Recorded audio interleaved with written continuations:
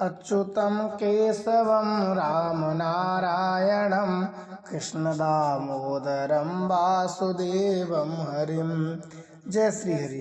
प्रिय भक्तों, अब श्रवण कीजिए माघ मास के 5वें अध्याय का। श्री दत्तात्रेय जी कहते हैं, हे राजन, एक प्राचीन इतिहास कहता हूँ। भृगुवंश में ऋषि नाम का एक ब्राह्मणी थी जो बाल्यकाल में ही विधवा हो गई थी।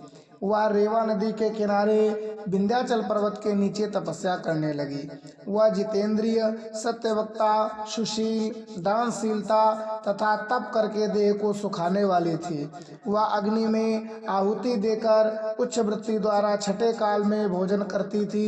वह बलकल धारण करती थी और संतोष से अपना जीवन व्यतीत करती थी।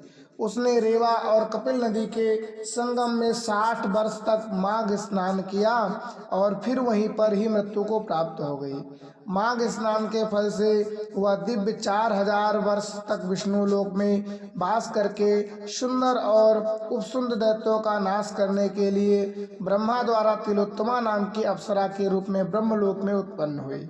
वह अत्यंत रूपवती, गान विद्या में अति प्रवीण तथा मुकुट कुंडल से शोभमान थी। उसका रूप, यौवन और सौंदर्य देखकर ब्रह्मा भी चकित हो गए। वह तिलोत्तमा रेवा नदी के पवित्र जल में स्नान करके वन में बैठी थी।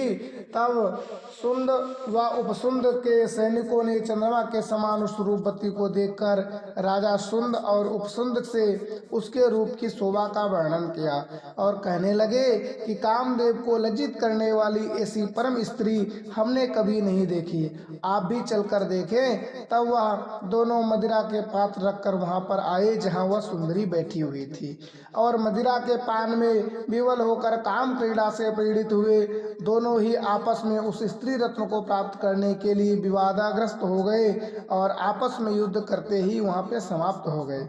उन दोनों को मरा हुआ देखकर उनके सैनिकों ने बड़ा कोलाहल मचाया और तब तिलोत्तमा काल रात्रि के समान उनको पर्वत पर गिराती हुई 10 दिशाओं को प्रकाशमान करती हुई आकाश में चली गई और देव कार्य सिद्ध करके ब्रह्मा के सामने आई। तो ब्रह्मा जी ने प्रसन्नता से कहा, हे चंद्रवती, मैंने तुमको सूर्य के रथ पर स्थान दिया। तब तक आकाश में सूर्य स्थित है, नाना प्रकार के भोगों को भोगो। सो हे राजन, वह ब्राह्मणी अब भी सूर्य के रथ पर माघ मास स्नान के उत्तम भोगों को भोग रही है। इसलिए श्राद्धवान पुरुषों को उत्तम गति पाने के लिए यत्न के साथ माघ मास में विधि पूर्वक स्नान करना चाहिए। जय श्री हरि।